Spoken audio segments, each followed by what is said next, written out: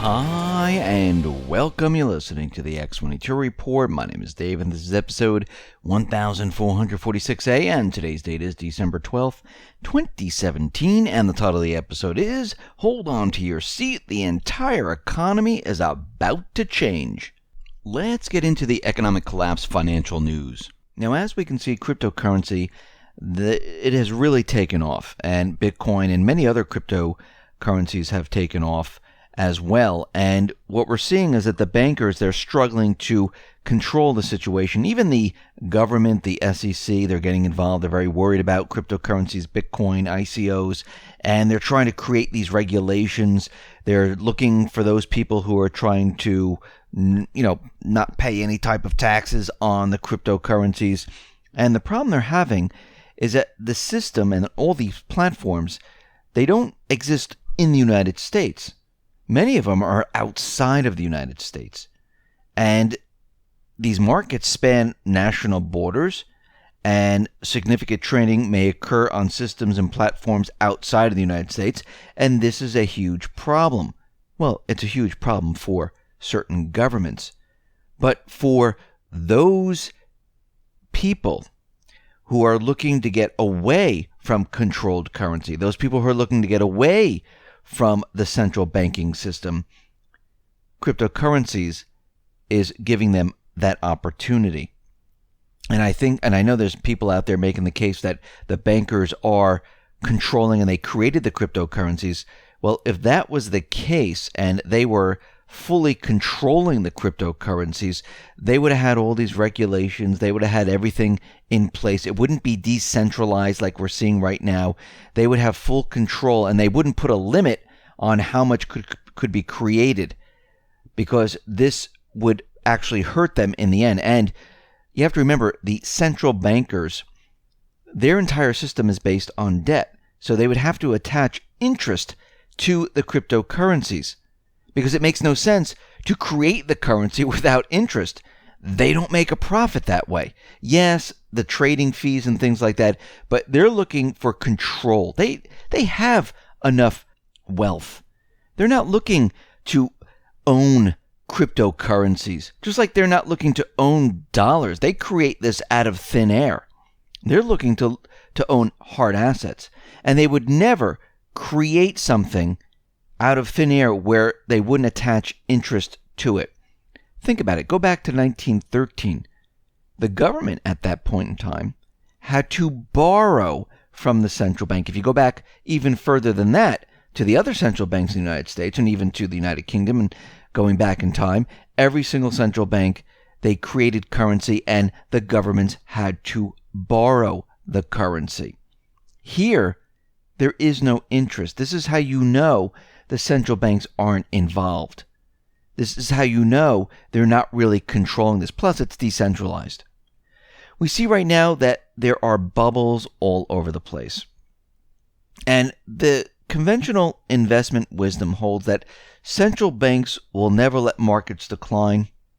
And this is a very interesting belief, given that two previous asset bubbles based on central bank easy money both imploded, impoverishing believers in central bank omnipotence. Now, if we go back in time, we had the dot-com bubble, which imploded. We had the housing bubble, which imploded. And we are now in the central bankers bubble, which will eventually implode. Now, when we look at these bubbles, we understand that the central banks blow them up, and then they let them go, and they try to steal everyone's wealth. And they try to enact additional laws to benefit themselves. And when we look at this, we could see this is what they've been doing for a very long time. And for those people who believe that this next bubble is not going to occur, well, they're doing the same exact thing. They're pushing the bubble up and up and up by manipulating the entire market. So we can say that the conventional investment wisdom holds that any asset bubble that bursts will quickly be reflated into an even more extreme asset bubble. That's certainly been the history of the past 17 years. But there's a case to be made that bubbles are like strikes, and you only get 3. And Charles Hugh Smith is out there saying that these are the 3 bubbles and you're out. Every policy yields diminishing returns as the positive results follow an S-curve. What every trader knows no longer has any predictive power. And number 3, policy extremes have become normalized, leaving central banks with unintended and unpredictable consequences should they push even more extreme policies in the next bubble burst. Radical new central bank policies work wonders in the initial boost phase, but over time, the novelty and the effectiveness of the radical policies completely wear off. The third dynamic is that central banks are visibly getting nervous about their unintended and unpredictable consequences of their extreme policies. Policy extremes trigger unintended consequences as a result of being extreme. You can't throw around trillions and not generate expectations, incentives, and blowback from those who don't benefit from the extreme policies. Central banks don't control the consequences of their policies. Once markets grasp that the central bank have lost control of the consequences of their policies, confidence, faith, and trust in central banks saving the day will completely evaporate. And we've seen this happen before in other bubbles when people look at this and say, oh, we're having problems here, and they start to lose faith. They started losing faith in the housing market. The interest rates started to rise. People saw what was happening. People started losing jobs. The subprime securities, we found out they were fake, phony, and false. They weren't AAA rated. They were filled with junk loans, and everything fell apart. Once people start to realize that the stock market has been manipulated and kept up with central banks buying tech stocks, well, they're going to lose faith in that. When people start to realize that the housing market has been pumped up by the central bank only in 20 cities, and the corporate media fed this to the entire country, to the rest of the world, and a lot of the easy money was invested in housing, where hedge funds and investment companies were purchasing thousands upon thousands of homes, and they were told to keep them off the market, rent them if you can, but make sure that there's no inventory in the market. This is when people start to realize we've been fooled, and this is when people lose faith. And this is when the system comes crashing down. Now, yesterday we talked about inflation. We've been talking about inflation quite a bit. And I said this would be one of the signals that would tell us that we're headed down the path where the central banks are losing control, that the system's starting to break apart. And you would see this in the stores, but we're already seeing signs of this in US producer prices. Now, before I get to that, we need to look at Saudi Arabia right now because they're planning to hike their oil prices by 80%, 44 cents per liter. Now, what this means is that it's going to cost more to fill up at the gas station. It's going to cost more to deliver the products. Now, remember when the United States, the cabal, had Saudi Arabia push out a lot of oil, which dropped the prices. Now, they were doing 2 things, maybe more than 2, but 2 that we're going to recognize right now. One, to put a lot of pressure on Russia and hopefully destroy their economy. Didn't work. Secondly, they wanted to put more spending money in the pockets of the people because they were hoping that these people of the United States would go out and spend it in retail. It didn't happen. It also brought prices down, and this is one of the ways that they controlled inflation because as they dropped the fuel prices, prices on food and other products did come down a little bit, but not much, but allowed companies to bring the prices down just a little bit, but still make a huge profit on the products. Now, if fuel goes up, we're going to see inflation on food prices, on products, and this is going to hurt the economy further.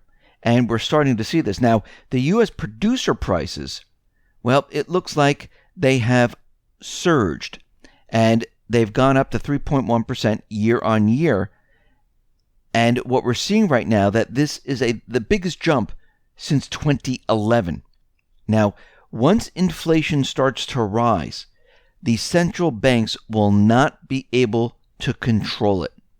And what we've been seeing is that the PPI, final demand year over year, has been rising since 2015. Now, I know the central bank is trying to convince us that they're the ones who've been doing this, but what is happening right now as countries are moving away from the dollar, not using the petrodollar, these dollars are coming back to the United States. And we're starting to see that now, and eventually we were going to see the effect of all of this. Now, we understand that there are many countries in the Middle East that are looking to move away from the petrodollar and move towards the petro-yuan. And we see that the Middle Eastern powers, Iran, we see Egypt, Jordan, Turkey, Saudi Arabia, United Arab Emirates, they're looking to move away from the petrodollar. They're banding together, and the Iranian members of parliament have called on Muslim-majority nations to sever all ties with Israel and reduce economic ties with the United States to a minimum and start moving away from the dollar and moving towards the petro-yuan.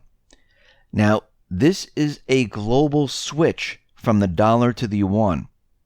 And this means that China is going to be handling the oil sales in the Middle East with the petro-yuan. And that means the countries that held the petrodollar, the dollar, in reserves, they no longer need it. Because if you don't need it to purchase the oil, why are you holding on to it? Which means that it's going to come back to the United States. And we're going to see this happen, which has already started, and we're going to see more of this as time goes on. And we understand that China is well on its way to becoming the economic powerhouse because they have the One Belt, One Road. They have all these countries now with bilateral trades. They're moving towards China. And I'm not saying that this is not a central bank controlled country. It is. The central bank had this plan for a very long time to move everyone off of the current system onto a new system. Well, they just wanted an event to distract everyone from this move.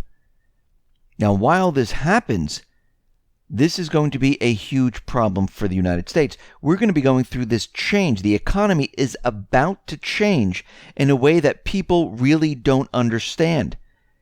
Even though the US Treasury is out there with their, new tax plan, where they're saying that, we're not going to have any recession, we're going to have 2.9 GDP growth and it's going to continue.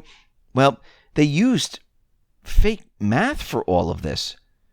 Now, the one-page report prepared by the Treasury Department claims that the U.S., we're going to have growth of 2.9% or better for the next 10 years in GDP.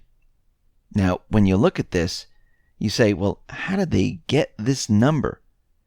Well, it relies on a scenario where the economy achieves a baseline of 2.9% GDP growth over the coming decade compared with the Treasury's previous projection of 2.2%.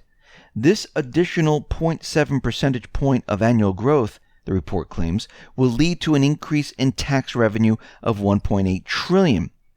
Treasury expects approximately half of this 0.7% increase in growth to come from changes in corporate taxation, while the other half is expected to come from changes to pass-through taxation and individual tax reform, as well as from combination of regulatory reform, infrastructure development, and welfare reform as proposed in the administration fiscal year 2018 budget. To transform these projections into reality, the U.S. economy will need to achieve the longest cycle of uninterrupted growth in U.S. history. And for, additional taxes on individuals and changes to the corporate taxation, which right now corporations don't pay that many taxes at all, and for individuals to pay more taxes, well, this is going to be very difficult because more and more people are losing their jobs, more people have lost their full-time jobs, they have part-time jobs, and there's a lot of people out of work. And this growth that they're talking about is not going to help increase the tax revenue of $1.8 trillion. It doesn't exist. This is all based on fake numbers. The GDP numbers that they're handing out today is completely fake, and they're trying to convince everyone that these are real numbers. So when we put all of this together, we see that this economy has been built on a lie. It's almost like Enron or Madoff with his Ponzi scheme, or the subprime securities where they told us it was AAA. When it's based on a lie, it can't stand. It will fall, just like we've seen it done every single other time. And we're going to see it done once again, where the entire economy completely crashes. The entire economy is going to change. We're going to head into something completely different than where we are today. And the reserve currency and everything else is going to be moved. This is why you need to be ready and prepared.